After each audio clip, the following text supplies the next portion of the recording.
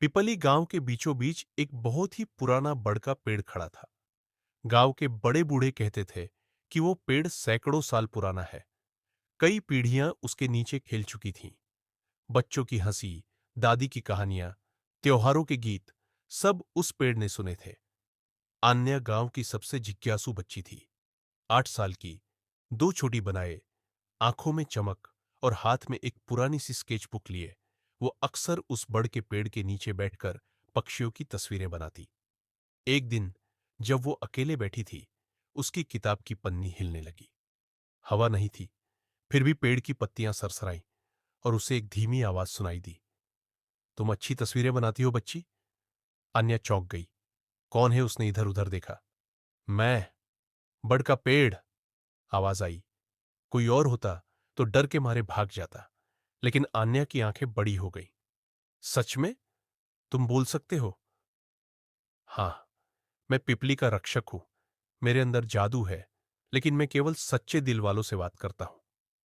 आन्या मुस्कुराई। क्या तुम मेरी एक इच्छा पूरी करोगे? जरूर।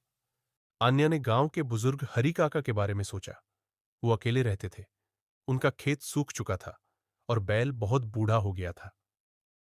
मैं चाहती हूं कि हरि काका का खेत फिर से हरा भरा हो जाए। पेड़ ने धीरे से अपनी पत्तियों हिलाई और आन्या से कहा, कल सुबह तुम मेरा जादू देखना। अगले दिन गांव में हलचल मच गई। हरि काका का खेत हरा हो गया था। मिट्टी नम थी, पौधे एकदम ताजे लग रहे थे। गांव वाले चकित थे। शायद देवता खुश हुए हैं। लेकिन अन्या जानती थी, ये बड़ के पेड़ का जादू था। एक आखिरी जादू। अन्या पेड़ के पास गई और धीरे से बोली, मैं चाहती हूं कि सब बच्चे हमेशा खुश रहें, किसी को भूख या डर न लगे। पेड़ कुछ देर चुप रहा। फिर उसने अपनी एक शाखा से एक छोटा सुनहरा बीज जमीन में गिराया। ये बीज उस इच्छा का प्रतीक है। इसकी देखभाल करना। ये बड़ा होकर दूसरा जादुई पेड़ बनेगा। अन्या बड़ी हो गई। वो गांव की पहली स्कूल टीचर बनी। लेकिन वो रोज उस पेड़ के नीचे बच्चों को कहानियां सुनाती रही। और हां, वो बीज, वो अब एक नया छोटा बड़ का पौधा बन चुका था, जिसमें धीरे धीरे जादू जाग रहा था।